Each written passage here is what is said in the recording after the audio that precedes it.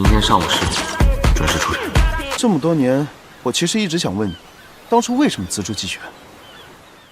这个拿着，一会儿就放你工位上，不出半个小时，集团上上下下就知道你有护花。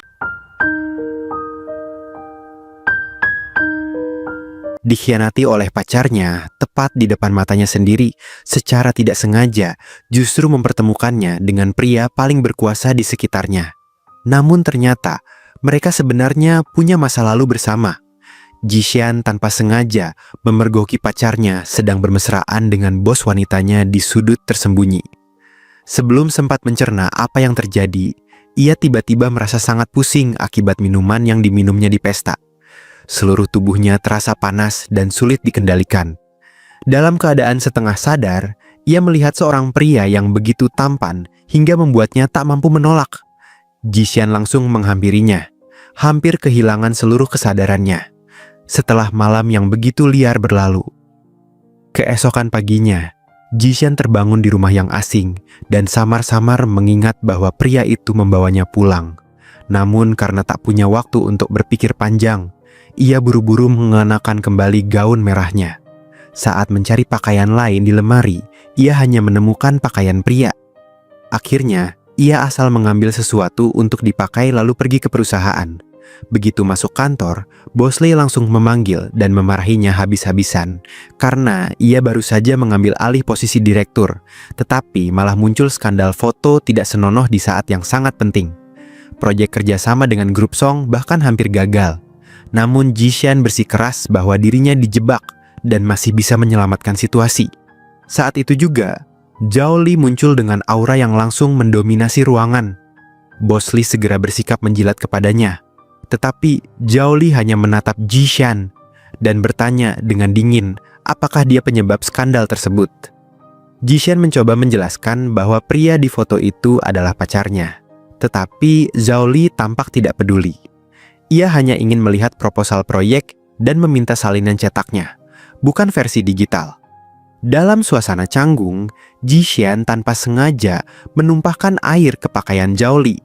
Saat buru-buru membersihkannya, beberapa helai rambutnya jatuh lembut dan jarak mereka yang begitu dekat menarik perhatian pria itu.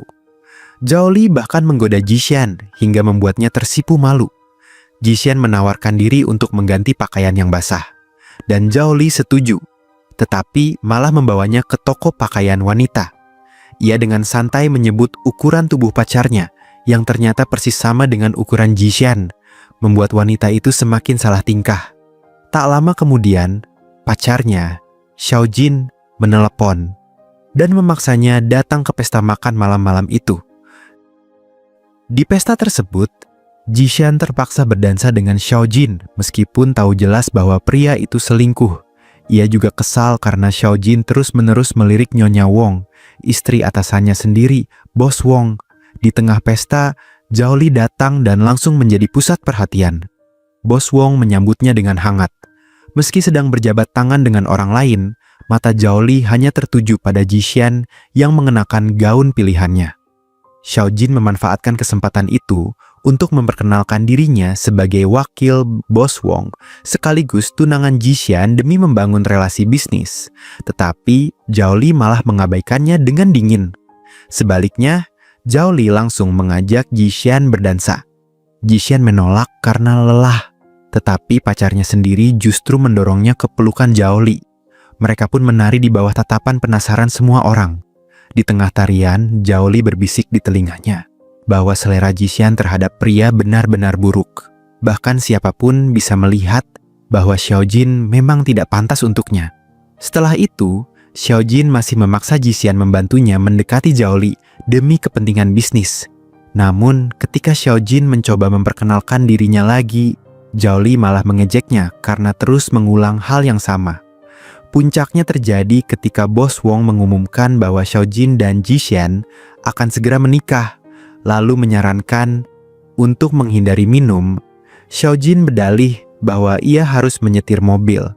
Namun Zhao Li malah maju menggantikan dirinya dan secara terang-terangan minum bersama Jishan di depan semua orang, membuat seluruh ruangan mulai bergosip. Bahkan Zhao Li berbisik bahwa jika kejadian di antara mereka malam itu sampai terbongkar, pernikahan bulan depan pasti tidak akan pernah terjadi. Tak lama setelah itu, Jishan langsung mengumumkan bahwa ia membatalkan pertunangannya. Ia membongkar perselingkuhan Xiaojin dengan bos wanitanya, dan bahkan menampar pria itu ketika Xiaojin mencoba menuduhnya juga bermain dengan pria lain. Zhao Li lalu memanfaatkan situasi dengan mengusulkan agar kerjasama bisnis diputuskan lewat pertandingan panahan. Siapapun yang menang akan dipilih untuk proyek tersebut. Di arena panahan, Xiaojin terus mengenai sasaran tepat di tengah, sementara Jishan hampir sama sekali tidak tahu cara bermain. Namun Zhao Li maju untuk mengajarinya. Tanpa diduga, anak panah Zhao Li justru mengenai kaki Xiaojin.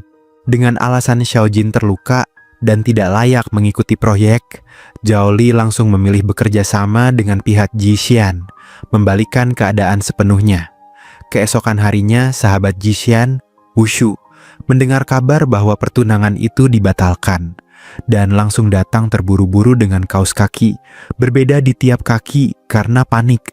Setelah mendengar seluruh cerita, ia sangat marah demi temannya, dan merasa Xiaojin memang pantas mendapat balasan. Namun Wushu juga khawatir ketika tahu Jishan terlibat dengan Zhao Li, seorang CEO terkenal yang sangat pemilih, sulit didekati dan tidak bisa ditebak. Meski begitu, Jishan tetap harus bertemu Zhao Li untuk membahas pekerjaan. Saat mereka sedang melihat proyek rumah kayu, Zhao Li tanpa sengaja melihat foto undangan pernikahannya. Ia langsung mengatakan bahwa pria seperti Xiaojin tidak layak dipertahankan, apalagi Jishan masih punya utang yang belum diselesaikan dengannya.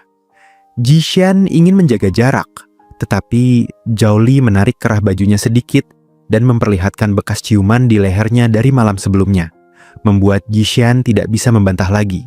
Sebelum membahas pekerjaan, Zhao Li meminta Jishan datang ke rumahnya malam itu.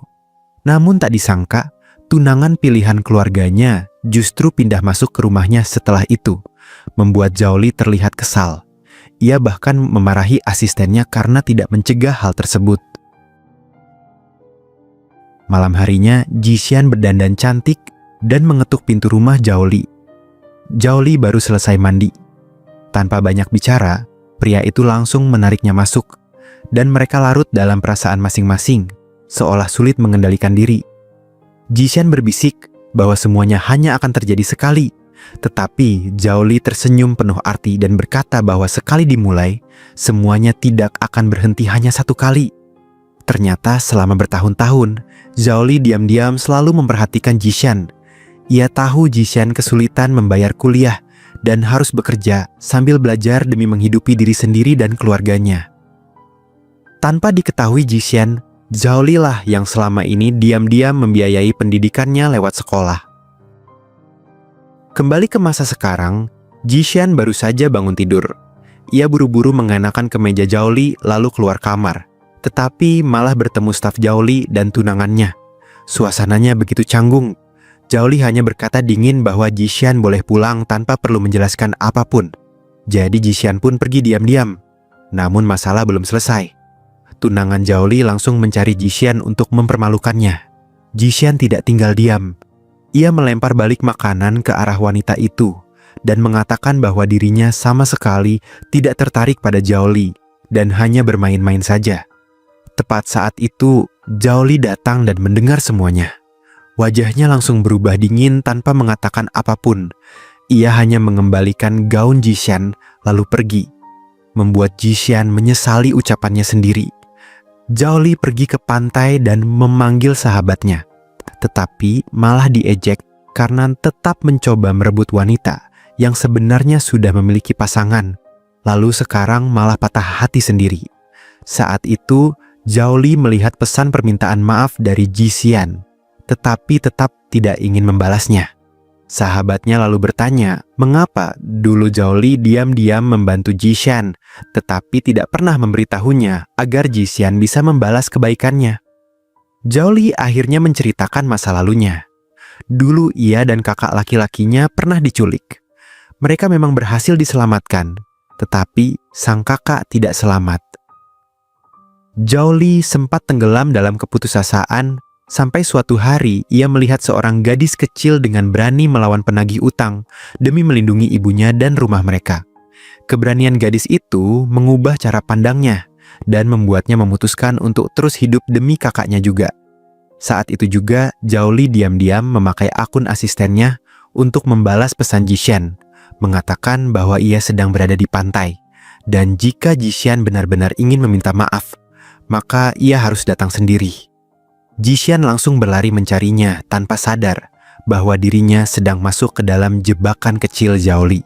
Ketika mereka bertemu, Zhao Li berkata bahwa jika Jishan bisa berlari lebih cepat darinya, maka ia akan memaafkannya. Zhao Li lalu berdiri memandang Jishan berlari menjauh, tatapannya perlahan melembut, sama seperti selama bertahun-tahun ia hanya bisa melihat Jishan tumbuh dari kejauhan. Cuaca yang awalnya cerah tiba-tiba berubah menjadi hujan deras. Zhao Li kemudian meraih tangan Jishan. Zhao Li langsung menarik tangan Jishan dan berlari mencari tempat berteduh di sebuah bilik telepon dekat pantai. Ruang yang sempit membuat mereka berdiri sangat dekat. Bahkan napas mereka terasa begitu berdekatan hingga sulit untuk menghindari ketegangan di antara mereka. Tiba-tiba Zhao Li bertanya apakah Xiaojin adalah cinta pertama Jishan dan mengatakan bahwa cinta pertama pasti sulit dilupakan. Namun Jishan dengan tenang menjawab bahwa hubungan mereka sudah berakhir dan mereka sebaiknya hanya membicarakan pekerjaan. Jawaban itu membuat Zhao Li terdiam sejenak. Setelah itu, ia menjauh dan berkata dingin agar Jishan datang ke depan hotel malam nanti karena ia punya kejutan untuknya. Malam harinya, begitu Jishan tiba, ia langsung melihat banyak wartawan mengerumuni tempat itu. Mereka sibuk memotret Zhao Li yang keluar dari hotel sambil merangkul dua wanita. Di saat yang sama, Xiaojin juga terlihat berjalan bersama Nyonya Wang di sisi lain. Kedua kelompok itu langsung menjadi pusat perhatian media. Zhao Li dengan santai mengantar kedua wanita tersebut pergi, lalu berjalan mendekati Jishan sambil melontarkan sindiran tajam bahwa Xiaojin masih muda, tetapi sudah perlu memakai obat saat berselingkuh. Sindiran itu terdengar sangat kejam, sekaligus memalukan. Aksi Zhao Li membuat reputasi grup Song hancur. Kakeknya sangat marah dan menghukumnya dengan disiplin keluarga seolah itu hal biasa. Ia bahkan dipaksa menikahi tunangan yang sudah dijodohkan keluarga. Padahal pertunangan itu awalnya milik kakaknya yang telah meninggal. Dan kini Zhao Li harus menggantikan posisinya. Sementara itu, Xiaojin masih berani datang ke rumah Jishan. Ia bahkan mengajak ibu Jishan makan malam untuk membicarakan pernikahan mereka. Namun kali ini Jishan tidak menahan diri lagi. Ia langsung mengatakan bahwa pertunangan mereka dibatalkan karena Xiaojin berselingkuh. Xiaojin malah membalas dengan menuduh Jishan juga tidak bersih karena dekat dengan pria lain. Lalu berkata bahwa pernikahan seharusnya saling menguntungkan bagi kedua pihak. Namun ibu Jishan tidak bisa menerima perkataan itu. Ia langsung mengusir Xiaojin dari rumah dan berkata bahwa putrinya sudah terlalu banyak menderita dan tidak pantas diperlakukan seperti itu lagi. Setelah Xiaojin pergi, ibunya bertanya tentang pria lain yang disebut tadi. Jishan akhirnya terpaksa berbohong dan mengatakan bahwa pria itu adalah pacar barunya.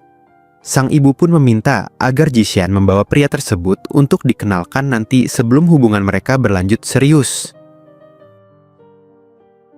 Tak lama kemudian, sahabatnya memberitahu bahwa Zhao Li sebenarnya hanya menyewa dua wanita itu untuk membantu membongkar perselingkuhan Xiaojin dan sama sekali tidak memesan kamar hotel bersama mereka. Mendengar itu, Jishan merasa bersalah sekaligus tersentuh. Karena itu, ia memutuskan menemui Zhao Li. Namun saat pintu terbuka, Zhao Li tiba-tiba pingsan tepat ke pelukannya. Jishan segera membawanya masuk dan menemukan punggung pria itu penuh luka serta tubuhnya demam tinggi. Ia langsung panik, merawat Zhao Li dan memberinya obat. Ketika sadar, Zhao Li berkata bahwa luka itu akibat dipukul kakeknya dan ia sudah terbiasa menerimanya. Kemudian Zhao Li menatap Jishan dan bertanya langsung, apakah ia masih ingin kembali dengan Xiaojin. Saat Jishan memastikan bahwa hubungan itu benar-benar sudah berakhir, nada suara Zhao Li perlahan melembut. ia berkata bahwa kali ini ia tidak ingin berputar-putar lagi dan meminta Jishan mempertimbangkan hubungan serius dengannya. Keesokan paginya, Jishan terbangun di atas tempat tidur sementara Zhao Li tidak terlihat di kamar. Saat keluar, ia mendapati Zhao Li sedang memasak sarapan sendiri. Zhao Li menjelaskan bahwa ia khawatir Jishan tidak tidur nyenyak semalam. Jadi ia memindahkannya dari sofa ke tempat tidur dan tidak terjadi apa-apa di antara mereka. Hal itu membuat Jishan merasa malu sekaligus lega. Ia merasa bersalah karena Zhao Li dipukuli kakeknya gara-gara dirinya. Zhao Li pun mendekat, seolah ingin meminta Jishan menebus semuanya. Namun, sebelum sempat bicara, Wushu menelepon meminta bantuan. Ternyata Wushu sedang dalam masalah karena tidak sengaja menggores mobil mewah dan ditahan untuk membayar kerusakannya. Saat Jishan datang membantu, pria pemilik mobil itu langsung sadar bahwa Jishan adalah gadis yang diam-diam disukai Zhao Li. Pria itu bernama Liao Bei, sahabat dekat Zhao Li. Ia mengenali Jishan dan tanpa sengaja mengatakan bahwa dirinya adalah orang yang dulu membiayai kuliah Jishan. Mendengar itu, Jishan langsung ingin membalas kebaikannya. Ia mengambil tanggung jawab untuk membayar biaya perbaikan mobil dan berjanji akan mengembalikan uang sponsor pendidikannya. Liao Bei langsung panik karena sebenarnya bukan dia orang yang membantu Jishan selama ini. Karena bingung menjelaskan, ia buru-buru mengganti topik dan menyarankan agar Wushu bekerja di perusahaan keluarganya untuk membayar utang tersebut. Setelah itu, Liao Bei takut Zhao Li mengetahui dirinya telah mencuri jasa orang lain. Jadi ia cepat-cepat membawa hadiah mahal untuk menyenangkan Zhao Li dan mengajaknya makan malam di rumah Jishan. Saat makan malam berlangsung, Zhao Li tiba-tiba muncul di depan Jishan sambil membawa buket bunga dan memperkenalkan diri sebagai sahabat terbaik Liao Bei. Itu adalah pertama kalinya Zhao Li datang ke rumah Jishan. Namun Zhao Li terus memuji rumah Jishan, mengatakan bahwa tempat itu nyaman dan tenang. Padahal sebenarnya, dulu ia sering diam-diam datang ke sana. Saat melihat surat penagihan utang ditempel di depan rumah Jishan, dialah yang diam-diam mencopot semuanya agar Jishan tidak semakin tertekan. Makan malam-malam itu berlangsung sangat meriah. Wushu mengeluarkan minuman, sementara barbeque buatan Jishan begitu lezat hingga semua orang makan dan minum tanpa henti. Ketika malam semakin larut, kedua gadis itu mabuk berat. Liao Bei akhirnya harus mengantar Wushu pulang, sementara Zhao Li tinggal untuk menjaga Jishan. Dalam keadaan setengah sadar, Jishan bertanya tentang cincin yang dipakai Zhao Li. Zhao Li menjelaskan bahwa cincin itu adalah kenang-kenangan dari kakaknya yang sudah meninggal. Tatapannya terlihat sedikit sedih. Jishan lalu bertanya, apakah Zhao Li sama seperti pria-pria lain yang suka memelihara wanita simpanan? Zhao Li hanya menjawab lembut bahwa tidak semua orang seperti itu. Lalu menyelimuti Jishan dengan mantelnya. Saat melihat Jishan tertidur, Zhao Li tiba-tiba merasa menyesal. Ia berpikir, andai dulu ia tidak menyerah dan mendekatinya lebih cepat, mungkin Jishan tidak perlu bertemu pria seperti Xiao Jin. Keesokan paginya, Jishan panik karena lagi-lagi terbangun di satu tempat tidur dengan Zhao Li. Ia sama sekali tidak ingat apa yang terjadi semalam. Zhao Li sengaja menggodanya dengan berkata bahwa mereka kembali tidur bersama. Jishan langsung salah tingkah dan merasa sangat malu. Zhao Li bahkan hampir meminta Jishan mengingat kembali kejadian semalam. Tetapi tiba-tiba Wushu menelepon. Wushu mengatakan bahwa karena terlalu mabuk, ia tanpa sengaja memukuli Liao Bei hingga pria itu masuk rumah sakit dengan tubuh penuh perban. Jishan dan Zhao Li segera pergi ke rumah sakit dan melihat Liao Bei mengalami tulang rusuk retak, rahang bergeser, bahkan kepalanya dibalut perban tebal. Zhao Li akhirnya turun tangan menyelesaikan semuanya dan menyuruh kedua gadis itu pergi sementara ia sendiri menjaga sahabatnya. Ternyata sejak kecil Wushu memang belajar bela diri, sehingga ketika mabuk ia tidak sadar seberapa kuat dirinya. Setelah kejadian itu, Jishan berusaha menghindari Zhao Li, tetapi pria itu selalu muncul di saat yang tepat, sehingga mustahil baginya untuk benar-benar menjauh. Setelah proyek kerja sama dengan grup Song sukses besar, sikap Bos Lee berubah total. Ia tidak hanya memuji Jishan, tetapi juga ingin memanfaatkan hubungan Jishan dengan Zhao Li untuk mengadakan acara besar bagi para klien dan menyerahkan seluruh tanggung jawab acara itu kepada Jishan. Saat memeriksa daftar tamu, Jishan melihat nama Xiaojin masih tercantum. Ia langsung meminta agar nama itu dihapus karena skandalnya terlalu jelas. Selain itu, Xiaojin juga sudah dipecat oleh Bos Wang, sehingga tidak pantas hadir di acara tersebut. Namun begitu Jishan sampai di rumah, Xiaojin tiba-tiba menghadangnya. Ia menghina Jishan dengan mengatakan bahwa karirnya naik karena memakai jalur belakang dan menjadi wanita simpanan Zhao Li. Xiaojin bahkan hampir bertindak kasar, tetapi Zhao Li muncul tepat waktu dan menghentikannya. Dengan dingin, Zhao Li mengatakan bahwa jika Jishan setuju, ia akan menikahinya secara resmi. Jadi Jishan sama sekali bukan wanita simpanan seperti yang dituduhkan. Setelah Xiaojin pergi, Zhao Li kembali mengulangi perkataannya dengan serius dan berharap Jishan benar-benar mempertimbangkan hubungan mereka. Hal itu membuat hati Jishan mulai goyah. Di saat yang sama, ibu Jishan kembali menelepon dan mendesaknya membawa pacarnya pulang untuk dikenalkan. Karena tidak punya pilihan, Jishan meminta Wusu, kakak sahabatnya, berpura-pura menjadi pacarnya. Sementara itu, Liao Bei yang sudah sembuh pergi menemani Zhao Li memanah untuk melepas stres. Ia bahkan mengirim pesan kepada Jishan agar datang. Tetapi Jishan menjawab bahwa dirinya sedang sibuk membawa pacarnya bertemu ibunya. Mendengar itu, Zhao Li langsung bergegas pergi mengecek situasi. Sesampainya di sana, Zhao Li menyadari bahwa pacar Jishan ternyata adalah bawahannya sendiri. Ia langsung memakai alasan pekerjaan untuk menyeret pria itu pergi dari rumah. Ibu Jishan sangat kesal dengan tingkah bos aneh tersebut. Tetapi sebelum sempat mengeluh, ia tiba-tiba pusing lalu pingsan. Jishan langsung panik dan berlari keluar mencari bantuan. Untungnya Zhao Li belum pergi, sehingga ia menjadi satu-satunya orang yang bisa membantunya saat itu. Zhao Li segera membawa Jishan dan ibunya ke rumah sakit. Ketika mendengar dokter mengatakan bahwa ibu Jishan membutuhkan transplantasi ginjal agar bisa bertahan hidup, Zhao Li langsung menenangkan Jishan. Ia berjanji akan membantu mencari donor yang cocok dan diam-diam menanggung sebagian biaya perawatan. Bahkan, ia menyuruh asistennya memberikan harga yang lebih rendah agar Jishan tidak mengetahui bantuan tersebut.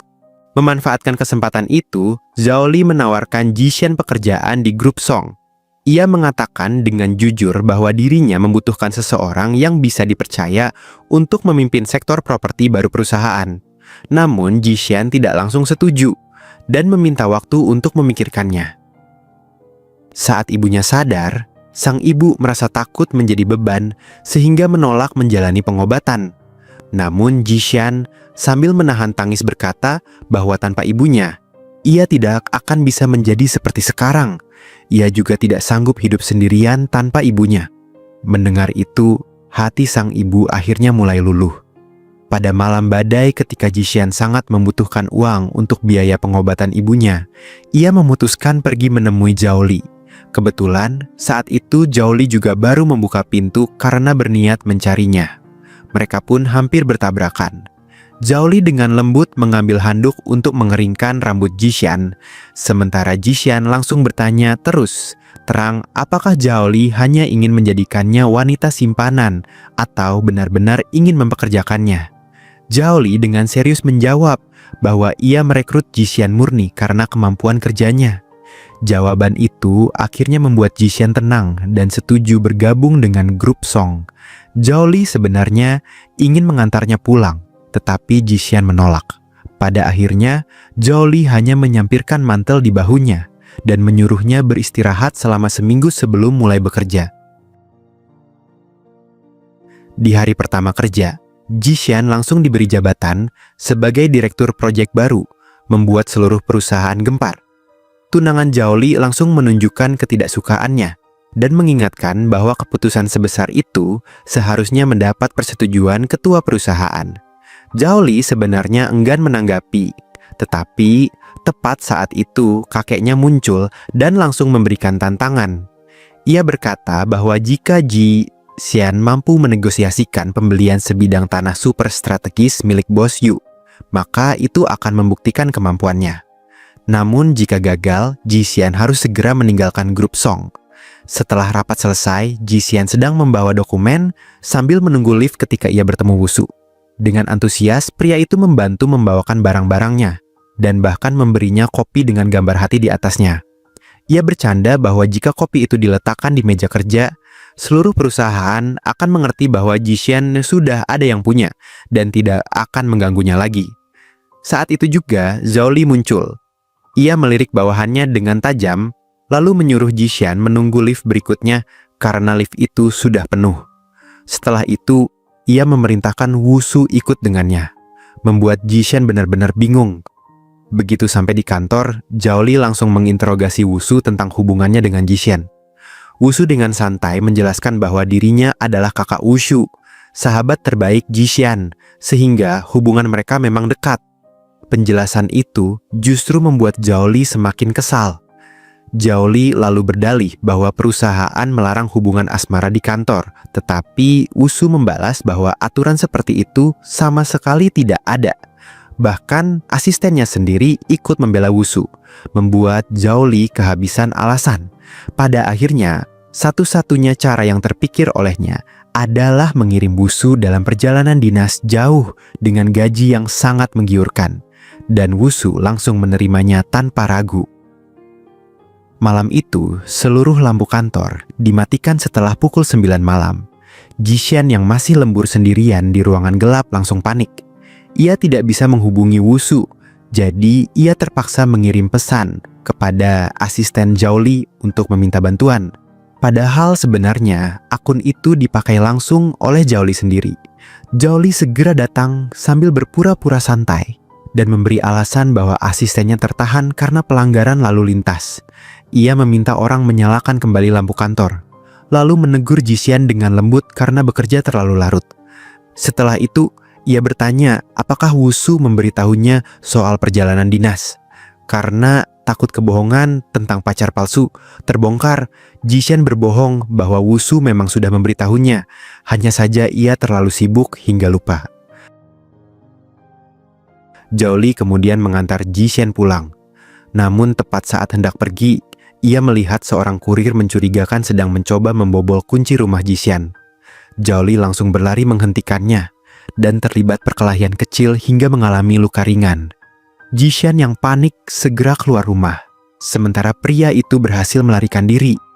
Ji Xian menjelaskan bahwa dulu ia sering dikejar penagih utang, tetapi sekarang ia tidak tahu siapa yang sedang mengincarnya. Menyadari situasinya tidak aman, Zhao Li langsung membawa Ji Xian tinggal sementara di rumahnya. Ia bahkan memberikan kamar pribadinya untuk Ji Xian dan memasak sendiri untuk merawatnya. Perlahan membuat hubungan mereka semakin dekat. Saat makan bersama, Zhao Li bertanya apakah Ji Xian masih memiliki utang di luar sana. Ji Xian dengan jujur mengatakan bahwa total utangnya mencapai 400.000 dan berkat bantuan sponsor kuliah dari Liao Bei, ia berhasil melunasi setengahnya, tetapi masih tersisa separuh lagi. Zhao Li langsung menawarkan bantuan untuk melunasi sisa utang tersebut. Tetapi Ji Xian menolaknya karena tidak ingin terus berutang budi padanya. Tidak berhenti sampai di situ, Zhao Li juga bertanya mengapa Ji Xian memilih Wusu sebagai pacarnya.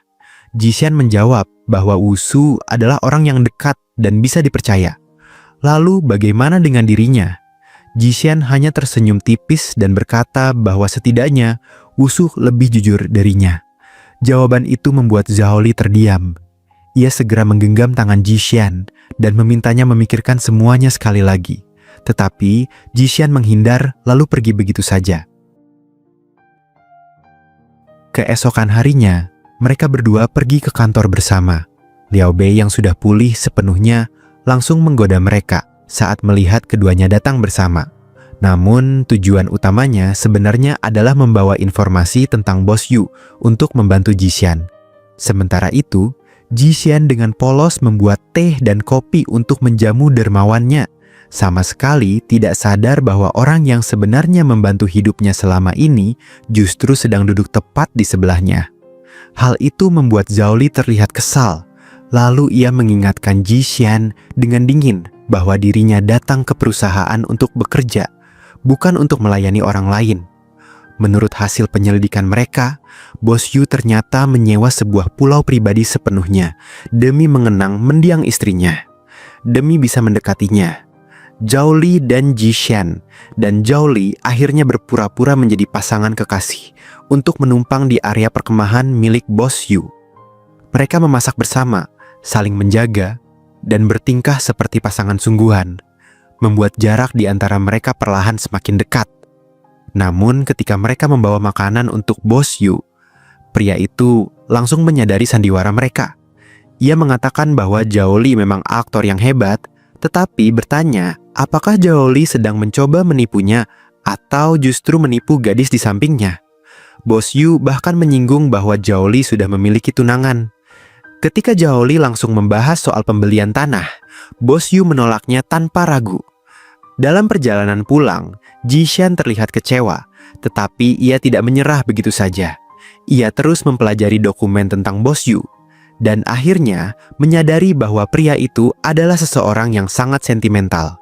Tanah tersebut ternyata menyimpan kenangan mendalam tentang mendiang istrinya.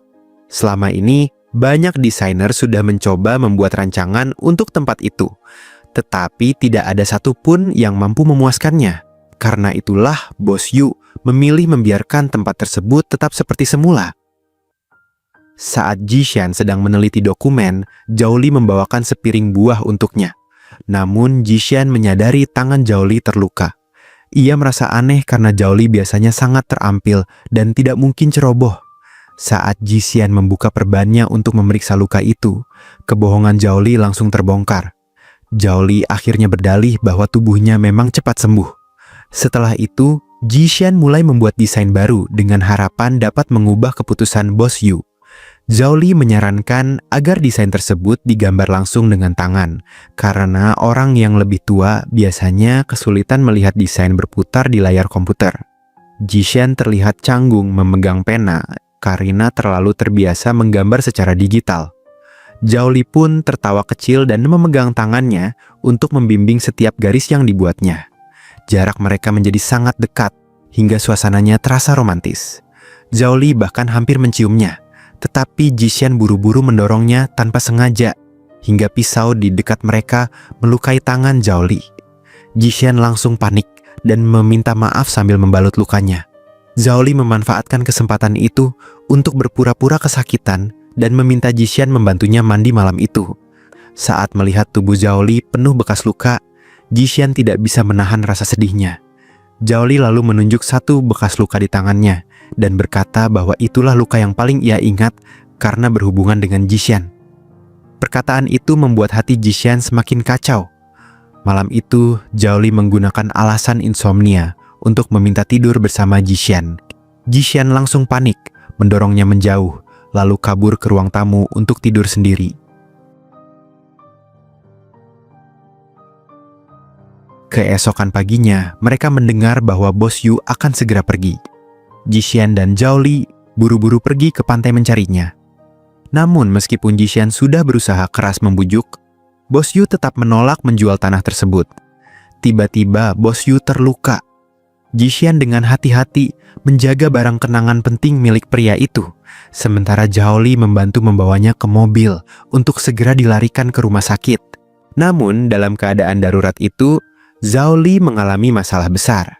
Sejak peristiwa penculikan bertahun-tahun lalu yang menyebabkan kakaknya meninggal di depan matanya, Zhao Li mengalami trauma berat dan tidak bisa menyetir mobil dengan normal. Dokter bahkan melarangnya menyetir, dan ia harus mengonsumsi obat penenang dalam waktu lama. Meski begitu, demi menyelamatkan Bos Yu, Zhao Li memaksa dirinya mengemudi. Baru mulai berjalan saja, ia langsung mengerem mendadak dan hampir menyebabkan kecelakaan. Namun ia tetap menggertakkan gigi dan terus menyetir demi membawa Bos Yu ke rumah sakit tepat waktu. Setelah Bos Yu berhasil ditangani di rumah sakit, Zhao Li keluar dan langsung terjatuh lemas seperti kehilangan seluruh tenaganya. Jishan segera menghampirinya untuk bertanya apa yang terjadi. Tetapi Zhao Li tiba-tiba memeluknya erat demi menenangkan diri, membuat Jishan terkejut. Tak lama kemudian, asisten Zhao Li datang dan menjelaskan semuanya kepada Jishan. Barulah Jishan mengetahui bahwa Zhao Li sebenarnya memiliki trauma berat karena dulu ia dan kakaknya dirampok saat sedang berkendara. Kakaknya meninggal tepat di depan matanya, dan sejak saat itu Zhao Li tidak pernah benar-benar pulih.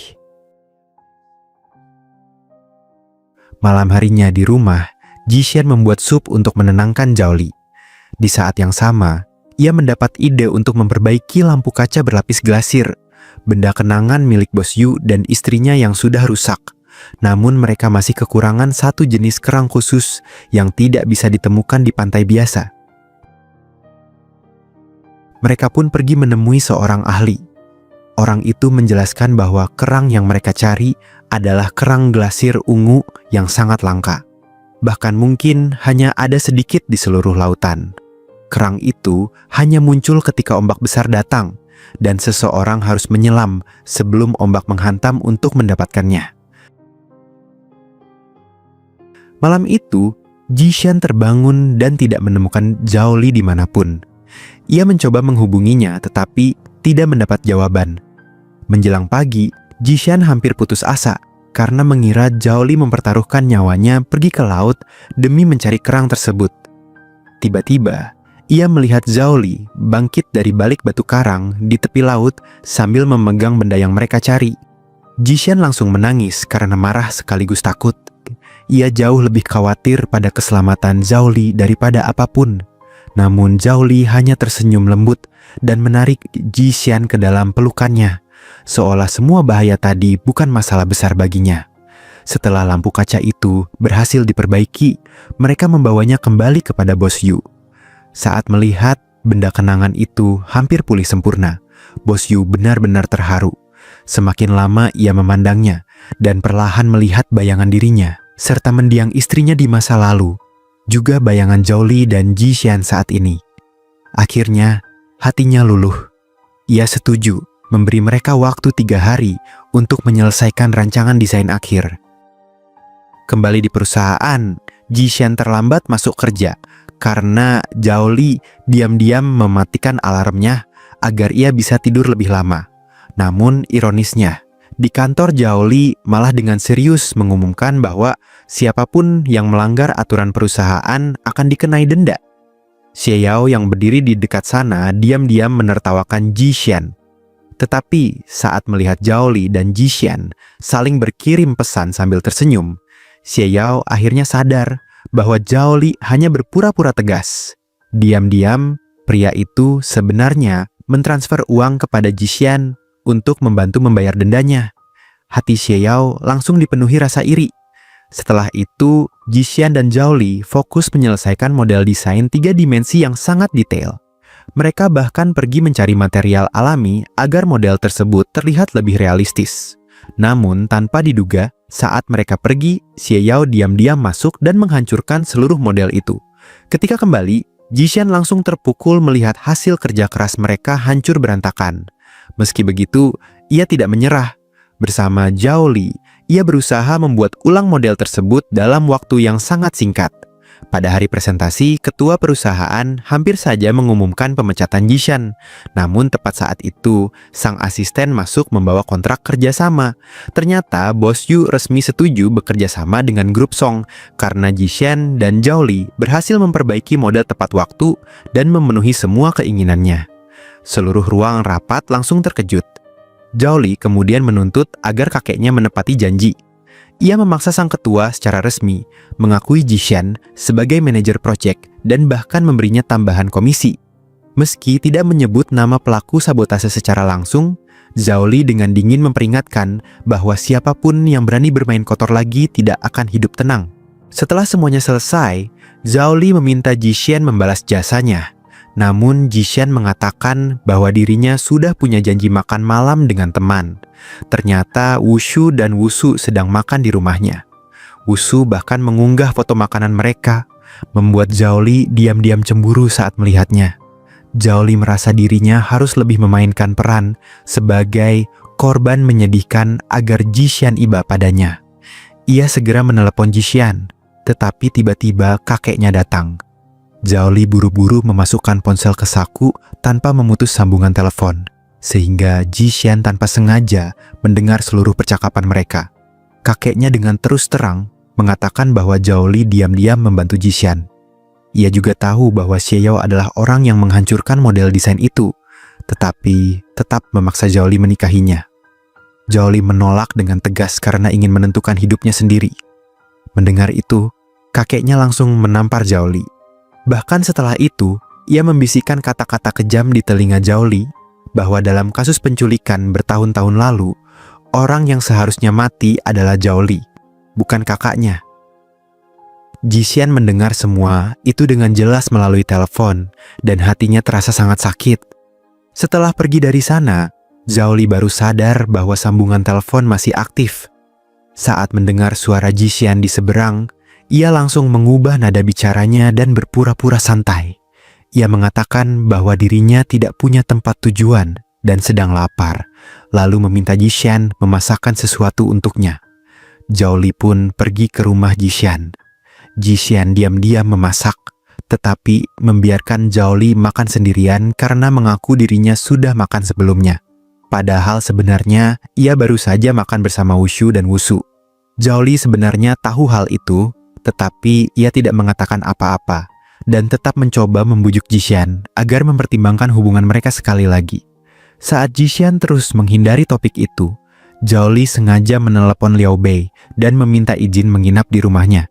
Namun, Liao Bei langsung mengerti maksud sahabatnya dan sengaja menolak, memberi Zhao Li alasan lebih besar untuk tetap tinggal di rumah Jishan.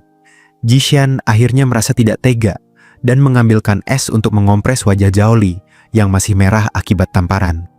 Zhao Li lalu memanfaatkan kesempatan itu untuk bersikap manja dan memohon agar diizinkan menginap semalam.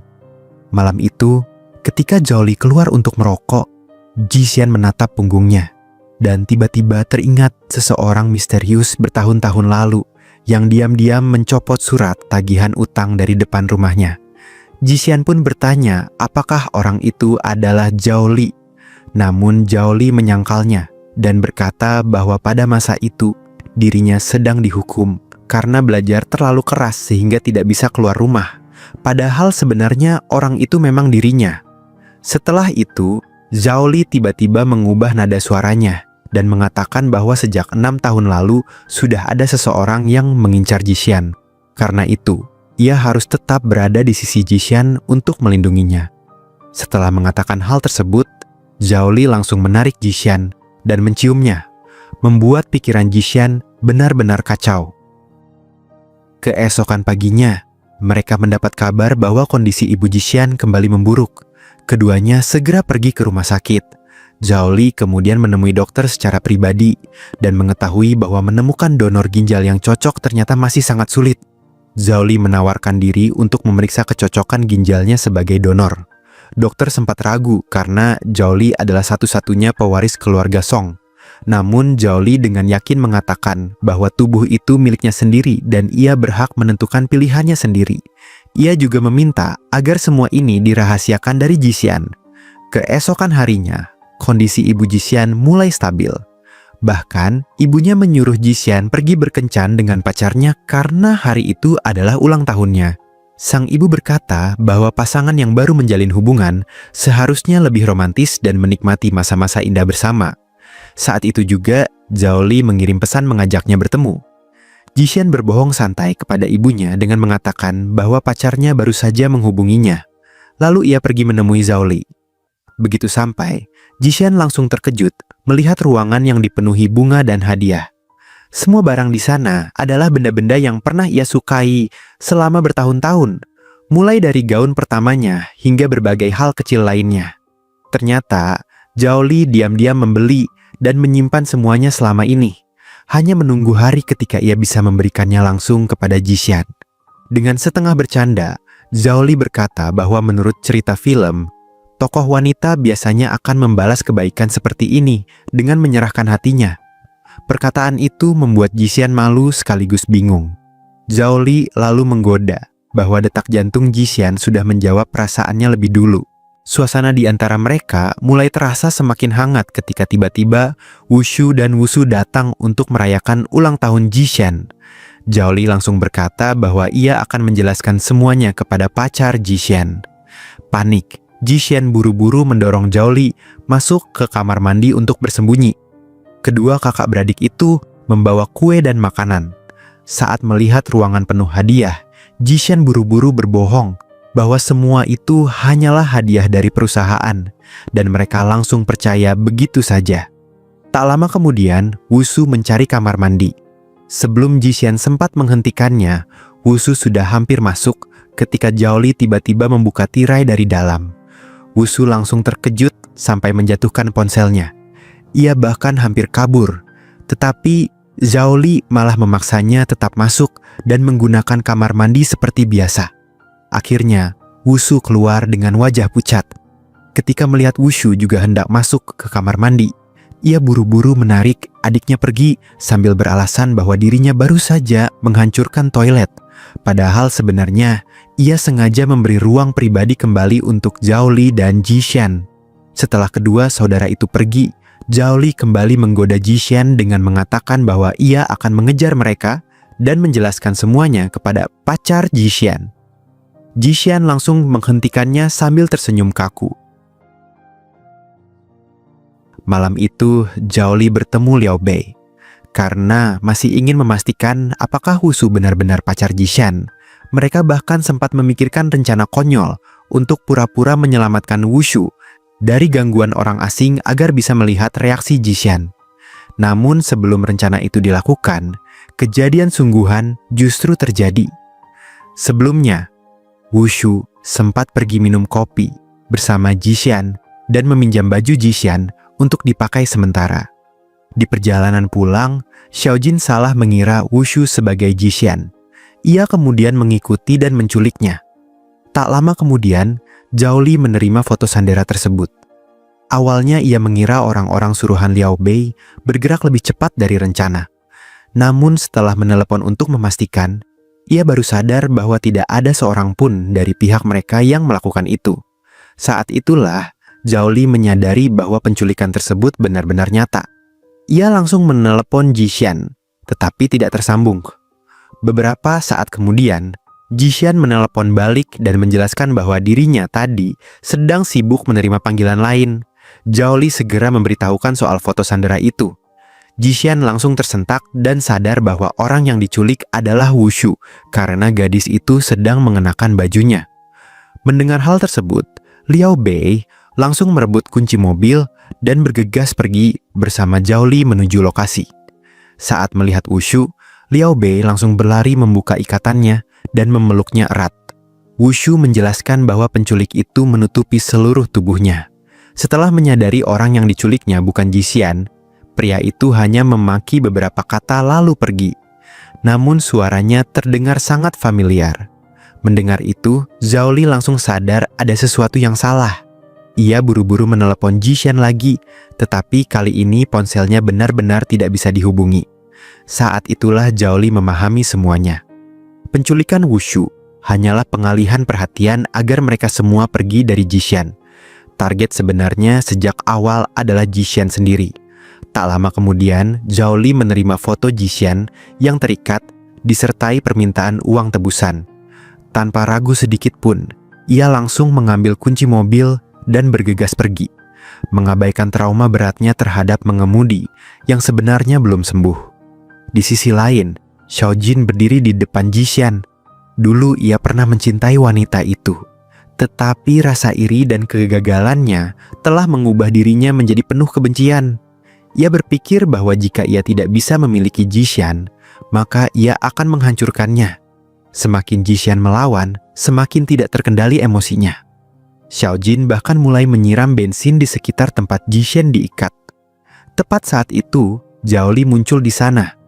Saat melihat Zhao Li berdiri di hadapannya, Jishan akhirnya menyadari bahwa pria inilah sosok misterius yang diam-diam selalu muncul dalam hidupnya selama bertahun-tahun.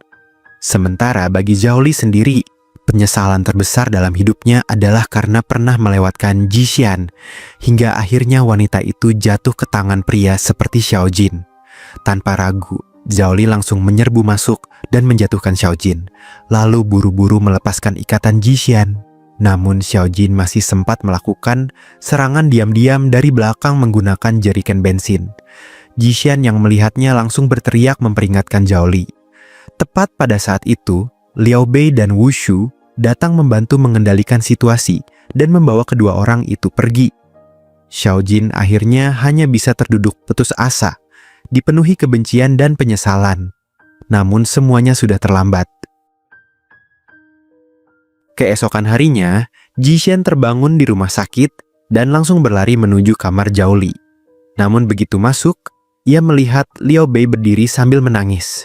Di atas tempat tidur terdapat tubuh yang tertutup kain sepenuhnya, membuat Jishan langsung membeku. Dengan tubuh gemetar, Jishan memohon agar Zhao Li bangun, karena ia bahkan belum sempat mengatakan isi hatinya. Liao Bei lalu menceritakan semua hal yang dilakukan Zhao Li demi dirinya, termasuk bagaimana Zhao Li yang sebenarnya trauma mengemudi tetap memaksa datang menyelamatkannya, bahkan diam-diam menjalani tes kecocokan ginjal untuk mendonorkan ginjal kepada ibu Jishan.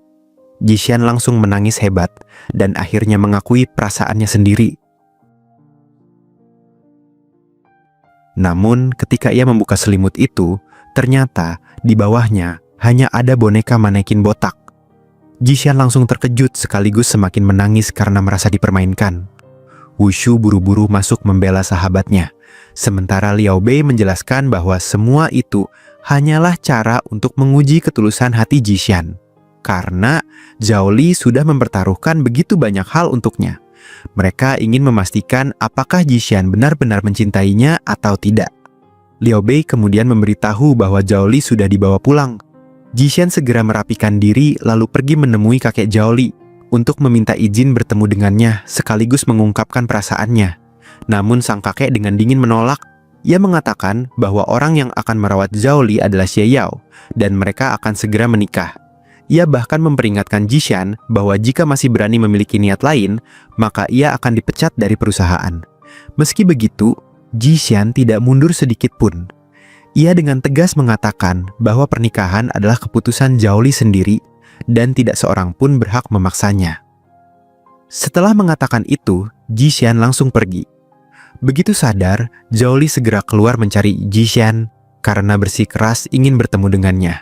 Saat mengetahui bahwa kakeknya diam-diam memutuskan soal pernikahan tanpa persetujuannya, Zhao Li langsung menentang keras.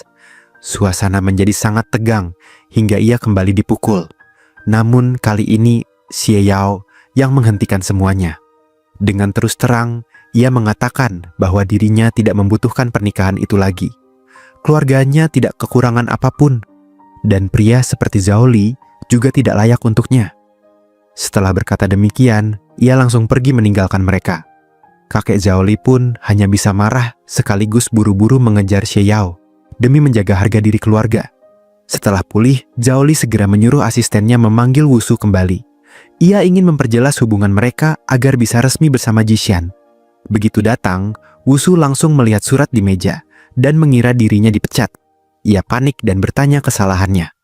Namun, Zhao Li dengan santai mengatakan bahwa Wu Shu tidak melakukan kesalahan apapun.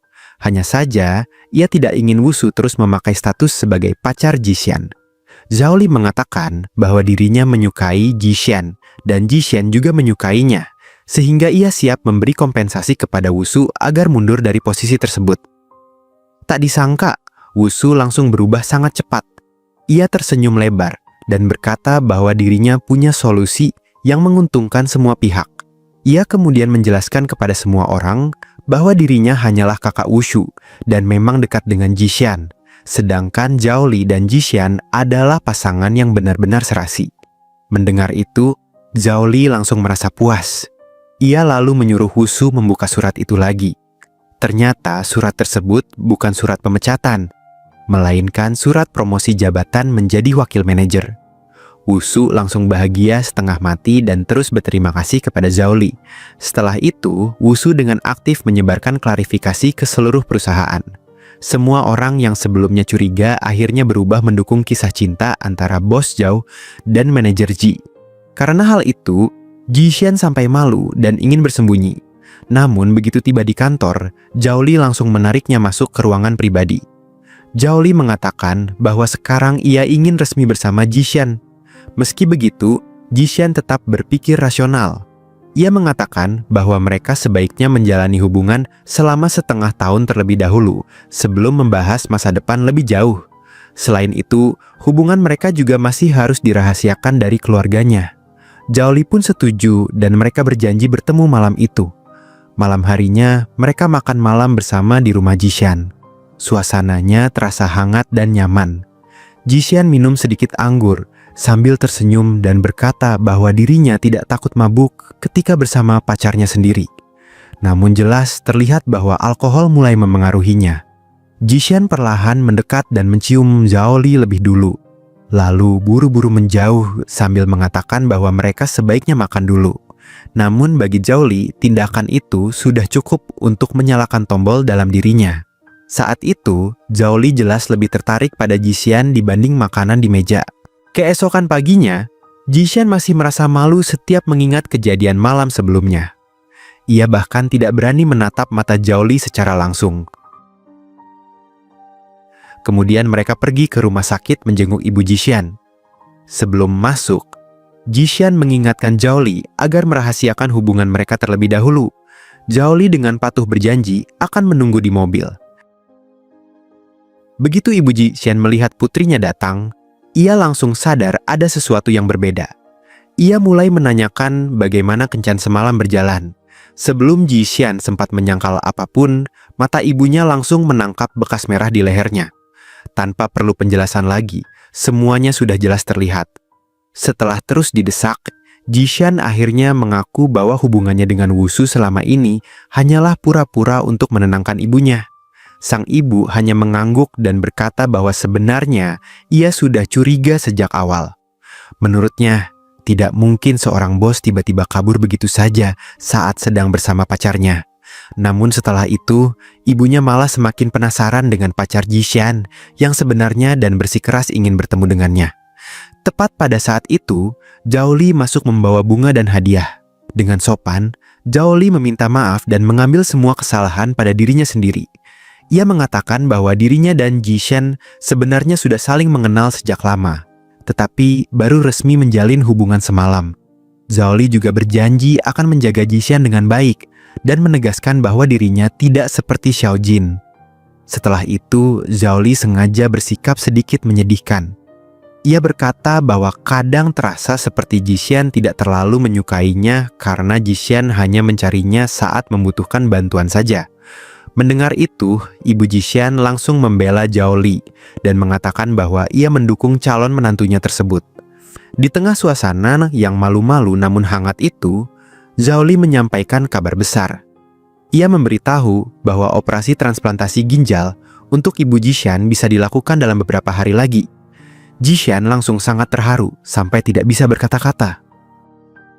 Di tempat lain, Liao Bei mengajak Wushu makan karena melihat gadis itu bekerja sangat keras demi melunasi utangnya.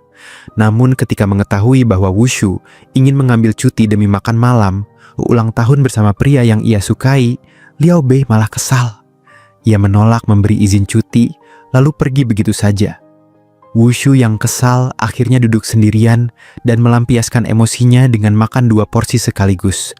Keesokan harinya, Wushu menelpon Jishan sambil menangis dan berbicara tidak jelas. Saat itu, Zhao Li dan Liao Bei juga ada di sana, dan mereka bertiga langsung sadar ada sesuatu yang tidak beres. Ternyata Wushu pergi ke rumah Jishan, tetapi tidak menemukan siapapun. Ia lalu pergi ke kantor. Namun para penjaga tidak mengizinkannya masuk karena hari itu sedang libur. Pada akhirnya, Wushu hanya duduk sendirian sambil minum bir kaleng demi kaleng karena patah hati. Ia seharusnya pergi makan malam ulang tahun bersama pria yang disukainya. Tetapi pria itu ternyata kembali pada mantan kekasihnya. Begitu mendengar cerita itu, Liao Bei langsung meminta alamat pria tersebut dan berkata bahwa ia ingin menghajarnya karena sudah membuat Wushu menangis. Namun Wushu sudah terlalu mabuk dan hanya bisa terus menangis. Akhirnya, Liao Bei lah yang tetap tinggal merawatnya. Mulai dari membantu Wushu berdiri sampai mengusap wajahnya dengan lembut. Melihat pemandangan itu, Jishan dan Zhao Li saling berpandangan dan menyadari bahwa hubungan kedua orang tersebut mulai berubah menjadi sesuatu yang lebih dalam. Ketika Wushu sudah benar-benar tidak bisa berdiri, Liao Bei langsung menggendongnya pergi. Sementara itu, Zhao Li juga menggendong Jishan di punggungnya untuk pulang. Di perjalanan, Zhao Li teringat masa lalu. Dulu, ia sering menyuruh asistennya mengendarai mobil diam-diam di belakang Jishan hanya untuk menerangi jalan pulang gadis itu. Selama bertahun-tahun, ia hanya berani melihat Jishan dari kejauhan. Namun sekarang, akhirnya ia bisa benar-benar memeluk wanita itu. Jishan kemudian memanfaatkan momen itu untuk bertanya mengapa kakek Zhao Li selalu bersikap begitu kejam kepadanya. Zhao Li terdiam cukup lama. Ia mengaku dirinya sendiri juga tidak pernah mengerti. Meskipun sama-sama cucu keluarga Song, ia selalu diperlakukan berbeda. Pandangannya lalu jatuh pada cincin peninggalan kakaknya. Dan kenangan masa lalu langsung membanjiri pikirannya. Saat kedua bersaudara itu diculik, penculik melemparkan sebuah pisau dan mengatakan bahwa hanya satu dari mereka yang boleh hidup. Dalam situasi menakutkan itu, kakaknya tetap dengan tenang menjaga Zhao Li, bahkan menyelimutinya dengan mantel agar tidak kedinginan. Kakaknya juga mengajarkan bahwa untuk bertahan hidup, seseorang harus menjadi lebih kuat dan lebih kejam. Namun ketika obat bius mulai bereaksi dan mereka kehilangan kesadaran, si penculik datang untuk membunuh mereka. Sampai detik terakhir, kakaknya menggunakan tubuhnya sendiri untuk melindungi Zhao Li. Di rumah keluarga Song, sang kakek menelepon asisten Zhao Li dan bertanya mengapa cucunya tidak berada di perusahaan. Sang asisten berbohong dengan mengatakan bahwa Zhao Li sedang melakukan perjalanan bisnis. Namun, kakeknya langsung tahu bahwa Zhao Li sebenarnya sedang bersama seorang wanita. Ia lalu memaksa sang asisten mengatakan yang sebenarnya, termasuk apakah Jishan adalah gadis yang diam-diam dibiayai sekolahnya oleh Zhao Li selama ini. Karena tidak bisa menyembunyikannya lagi, sang asisten akhirnya menceritakan semuanya. Selama bertahun-tahun, Zhao Li hanya memperhatikan Jishan dari kejauhan tanpa pernah ikut campur dalam hidupnya.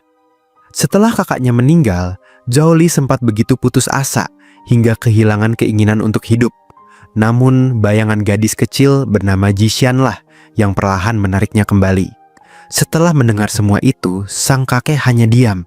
Namun tatapannya menunjukkan bahwa ia sedang memikirkan sesuatu. Di sisi lain, Liao Bei mengantar Wushu pulang ke rumah. Wushu baru sadar bahwa ia kehilangan kuncinya. Kemungkinan tertinggal di rumah pria yang membuatnya patah hati. Namun ia tidak mau kembali ke sana dan memilih mengganti kunci saja. Liao Bei memanfaatkan kesempatan itu untuk mengungkapkan perasaannya. Ia mengatakan bahwa dirinya ingin menjadi lebih dari sekadar teman bagi Wushu. Wushu sempat ragu dan berkata bahwa mungkin mereka lebih cocok seperti saudara saja. Namun Liao Bei dengan lembut menciumnya dan jujur mengungkapkan isi hatinya. Sejak saat itu, satu pasangan baru pun resmi terbentuk. Sementara itu, Zhao Li mendadak mendapat urusan darurat di perusahaan dan pergi terburu-buru hingga lupa membawa ponselnya. Jishan kemudian menelepon akun asistennya untuk memberitahu soal ponsel itu. Namun tiba-tiba, ponsel Zhao Li menerima notifikasi dari Jishan. Jishan mulai curiga. Ia mencoba menelepon lagi dan akhirnya sadar bahwa akun asisten tersebut sebenarnya selama ini dipakai oleh Zhao Li sendiri. Karena penasaran, ia mencoba membuka ponselnya. Passwordnya ternyata bukan tanggal lahir Zhao Li. Tetapi ketika Jishan mencoba memasukkan tanggal lahirnya sendiri, ponsel itu langsung terbuka. Di dalamnya terdapat begitu banyak foto dirinya sejak masa kuliah, juga email-email penyemangat yang selama ini mereka kirim satu sama lain. Saat itulah Jishan akhirnya menyadari bahwa Zhao Li adalah orang yang diam-diam mendukung dan membiayainya selama bertahun-tahun. Ia begitu terkejut dan terharu hingga tidak bisa menahan air mata. Di perusahaan, sebuah skandal besar tiba-tiba meledak. Semua kesalahan proyek langsung diarahkan kepada Jishan. Seseorang membawa bukti bahwa Jishan menerima uang dari rekening luar negeri, menggelapkan dana proyek, dan menyebabkan kerugian besar bagi perusahaan. Zhao Li langsung membanting meja karena marah. Tetapi ketua perusahaan tetap memutuskan untuk memecat Jishan. Jishan datang ke sana dengan tenang. Sang ketua memanggilnya secara pribadi dan menunjukkan bukti transaksi tersebut. Jishan langsung sadar bahwa rekening itu adalah rekening yang dulu ia gunakan saat kuliah. Rekening yang dipakai Jolie untuk diam-diam mengirimkan uang bantuan kepadanya. Jelas sekali bahwa kakek Jolie sengaja menggunakan hal itu untuk menjebaknya. Jishan merobek dokumen tersebut dan berkata bahwa mereka seharusnya membiarkan hukum yang menyelesaikan semuanya. Namun sang kakek dengan dingin memaksanya memilih antara ibunya atau Jolie. Ternyata selama ini dialah yang diam-diam menghalangi proses donor ginjal. Tepat saat itu, Jolie masuk dan mengatakan agar Jishan tidak takut karena ia akan melindunginya. Namun Jishan hanya meminta maaf pelan, lalu pergi meninggalkan ruangan.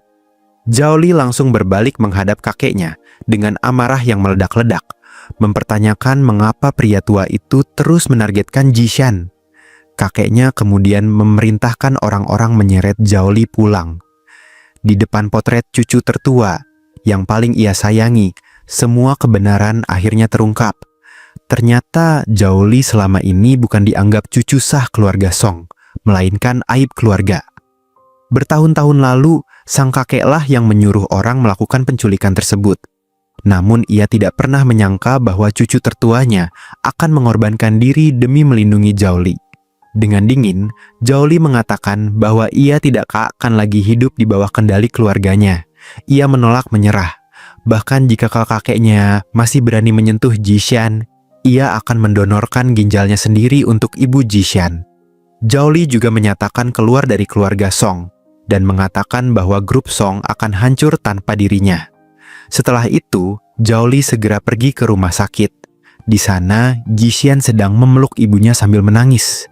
Begitu melihat Jolie datang, Jishan langsung berlari dan memeluknya erat. Ia sempat mengira hubungan mereka sudah berakhir. Namun, Jolie menggenggam tangannya dan mengatakan bahwa dokter sudah siap melakukan operasi untuk ibunya. Jishan tidak ingin Jolie mendonorkan ginjalnya. Ibunya juga menolak keras karena merasa tidak sanggup menerima pengorbanan sebesar itu.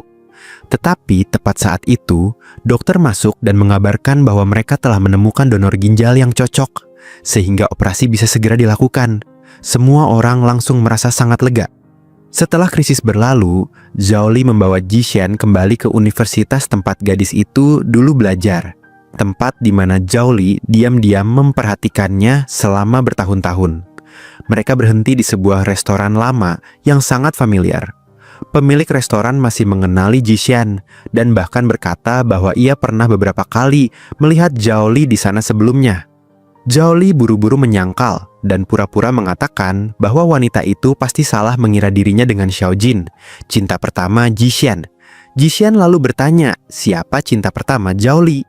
Dengan senyum lembut, Jolie menjawab bahwa cinta pertamanya adalah Jishan sendiri.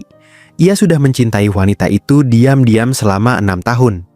Kemudian Jishan membuka ponsel Jolie, membuat pria itu sedikit terkejut. Jishan sudah tahu bahwa password ponselnya adalah tanggal lahirnya sendiri. Ia juga menemukan semua foto yang diam-diam diambil Jolie selama bertahun-tahun. Jolie berkata pelan bahwa ketika seseorang benar-benar mencintai seseorang, maka semua hal yang dilakukan untuk orang itu akan terasa berharga. Mereka saling menatap sebelum akhirnya berbagi ciuman yang dalam. Setelah perjalanan panjang penuh luka, cinta mereka akhirnya benar-benar bersemi. Beberapa tahun kemudian, Jolie dan Jishan berdiri bersama di halaman rumah sambil melihat putra sulung mereka bermain. Anak itu mengeluh bahwa dirinya ingin sengaja mendapat nilai buruk agar bisa tetap satu kelas dengan putri Wushu dan Liao Bei. Mendengar itu, kedua orang tuanya hanya bisa tertawa sekaligus pasrah. Saat itu, Jishan sedang hamil anak kedua. Ia memegang perutnya ketika rasa nyeri kecil mulai muncul, tanda bahwa waktu persalinan sudah dekat. Keluarga kecil mereka pun bersiap menyambut seorang putri baru, menutup perjalanan panjang mereka dengan akhir yang bahagia. Dan cerita pun berakhir.